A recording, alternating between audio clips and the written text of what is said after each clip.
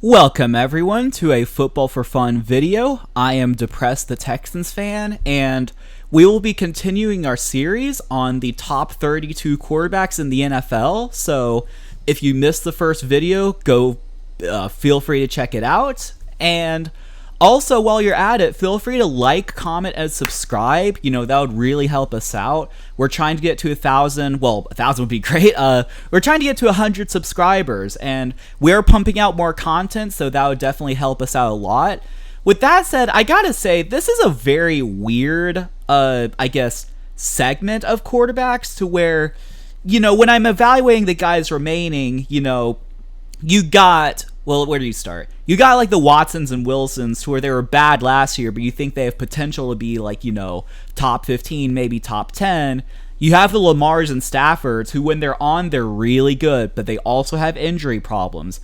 And I will say, to the best of my ability, I am trying to consider injuries, because if you're really good, but you miss like 8 games a year, I'm going to dock points for that. You also have like the Kirk Cousins, the Dak Prescotts, the Jared Goffs of the world, to where they're very competent. Clearly they're top 32 and they're top 16, as we have yet to see them on top 32, but where do they rank? Where do, maybe their weapons, having their weapons or lack thereof, play into it? So without any further ado, we are going to go to the list. Starting at number 16, we have, give me one second, we have Geno Smith at number 16. Now, I love Geno Smith. I love what he did, in Seattle. He resurrected his career. He got paid for the first time. Not for the first time, but he got paid. He's set for life. He probably was set for life, given what backup quarterbacks are making. But you get what I mean. You get what I'm saying. Anyway, Geno. So I think he threw like 30 touchdowns. They went 9-8 as a team. The Seahawks did. Now, what potentially concerns me is, he does have a history of playing not so great in New York. I know it was only for like 1 or 2 years, but he was a bust until he's not. Also, the last 5 to 7 games of that Seahawks run, he kind of was on a downward trajectory. Like, if you remember, Geno Smith was a MVP candidate in like the first half of the season. Then suddenly he's just kind of like quietly brushed out of the conversation. Now you can say, it's going to be hard to compete against the Patrick Mahomes and Joe Burrows of the world and things like that. Although when you look at the statistics, they do start to fall off, especially the last 5 games of the season. I believe that they had a 3-game losing streak, and they were able to like barely beat the Jets. Actually, I think that was a 2-possession game, but I think they lost the last week. I forget to who, but really, I would like to see more from Geno Smith, especially him being on the older side. I think, I think 16 is a fair ranking for him. If I was going just based on like last season and just looking at the statistics on paper, I would like to have him higher. I think I had him higher initially, but ultimately, I just like to see more from him. Moving on to number 15, Tua Tagovailoa. Now, again, if you look on paper, I think he had the highest passer rating in the league, which is actually funny because Geno Smith had the highest completion percentage in the league. And I do think there's something to be said for having the highest passer rating in the league and having a career-winning record and being able to start, for the most part, all 3 years in Miami. However, for one, he does have an availability issue. Obviously, last year, he suffered several concussions, and he's just small and just doesn't take hits the way he should, and ultimately, there's a high likelihood of him missing games. And also, let's be completely honest, he has Tyreek Hill and Jalen Waddle and Mike Gesicki to throw to. He has Mike McDaniel coaching him up. I believe Mike McDaniel's a really good head coach, and I don't know, it's similar to like the Daniel Jones sort of situation, to where they were not that good, at least in most people's eyes, until they got a really good head coach and suddenly they look good. So we'll see what he can do. I think 15, I think this is the slot to where he should be a solidified starter, assuming he's healthy. And the Dolphins should, in theory, again, if he's healthy, have found their franchise quarterback. So I think this is fine. If you're hoping that Tua is like top 10 or something like that, I just think, I think there are like more than 10 guys who are better than him. But moving on to number 14, we have Kirk Cousins. Now, Kirk Cousins is disrespected, although I think he's kind of disrespected, but it's also widely recognized that he is disrespected. He's a good quarterback. He was always like sort of the median for like the average quarterback. Like, would you rather have Kirk Cousins or this guy? Kirk Cousins or that? To be honest, I think he's a little bit better than that. But also you have to consider he did have Justin Jefferson to throw to the past 3 years. He had Justin Jefferson to throw to. And honestly, I think Justin Jefferson would make a lot of these guys look good. And not just him. He had Adam Thielen, KJ Osborne, Dalvin Cook to hand off to. Weirdly, when Kevin O'Connell came, his numbers regressed. Now, I'm sure there's some, anecdotal, whatever, like context to it. I did also watch the Netflix series, and it was pointed out he did have to learn a new system under Kevin O'Connell, so there is some credit to be given for that.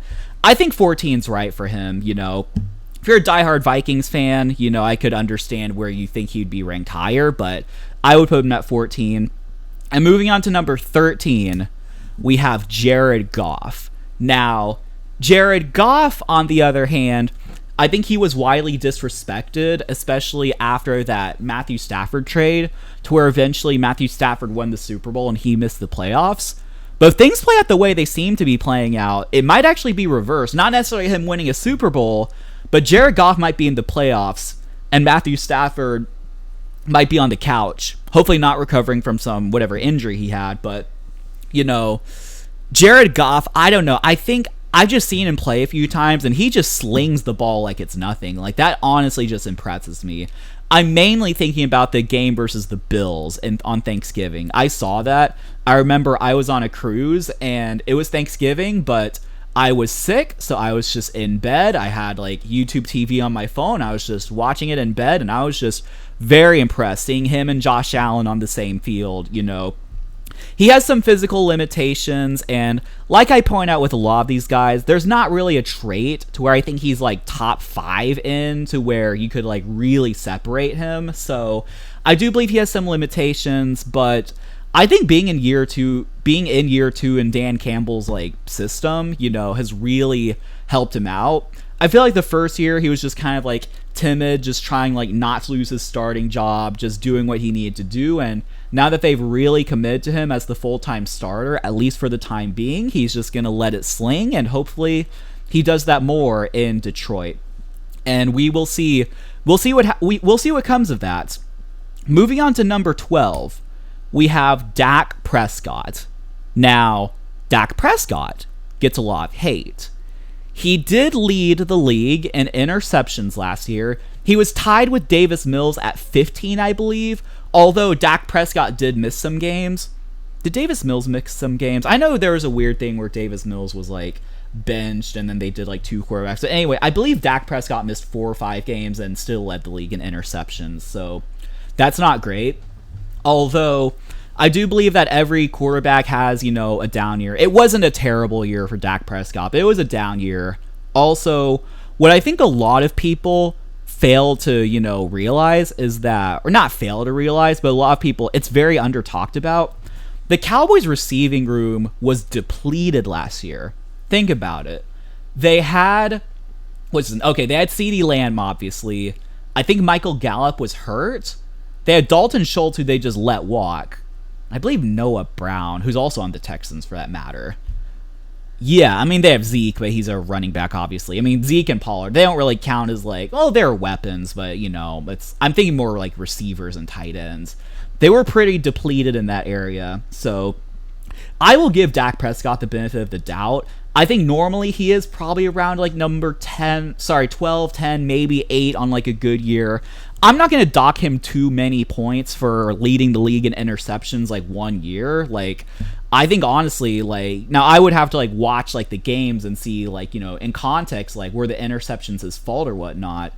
Now that I think about it, no, I watched that with someone else, but anyway, I'll just give him the benefit of the doubt. Ultimately, the Cowboys have gone like 13 to 12 wins the past like 2 years, and honestly, who do you credit more, Dak Prescott or Mike McCarthy? I know a lot of people are reluctant to credit Mike McCarthy, so maybe some praise goes to the Dallas Cowboys quarterback. And okay, moving on to number 11, football fans, football people, tribe, whatever, I am sorry. But I think DeShaun Watson is the 11th best quarterback in the NFL. Y'all want me to put him at like 15 or 18 or 20 or some trash ranking like that because he is a bad person, and also he barely played last year. Well, barely strong. He only played 6 games, but he wasn't great when he played. Here's what I will say. I am willing to bet that you did not watch DeShaun Watson in Houston very much. Unless it was like a playoff game or was on like, what do you call it? Prime time, like Nationals standalone game. I'm willing to bet you didn't watch as much DeShaun as I did. Now, I hate DeShaun the person as much as the next person, as much as you do probably. However, what I saw on the field, I just can't forget. The way that he was able to just escape from sacks, throw on the run. He had a pretty good arm, and he was just a magician, things like that. Like, at the time, like his 2020 season when he was like very good and the Texans were bad, I think he was like a top 5 quarterback. I think, and all by the statistics, you couldn't like doubt it. He was an MVP candidate if our team just wasn't so bad. Like, I'm sorry, I saw that. I'm going to take that into consideration. And if you're like, oh, he's going to be rusty. No, he played last year. He shook the rust off. He has a full off season. We know he's not going to be suspended. And barring any injury, he's going to play all 17 games. Now, is that going to be enough for the Browns to go like 11-6 and make a deep playoff run? I don't know. They have Joe Burrow, they have Lamar Jackson, and they have the Steelers in that division. It's going to be tough. And yes, it's the Cleveland Browns. But I am ranking DeShaun Watson as the quarterback, not the person. But as a quarterback, he was freaking good in Houston. Yes, he's a bad guy, but I do not take that into consideration. And we'll see. Did I just rant about a quarterback that everyone hates? Bye. See you next video for our top 10 list. Like, comment, and subscribe. Take care.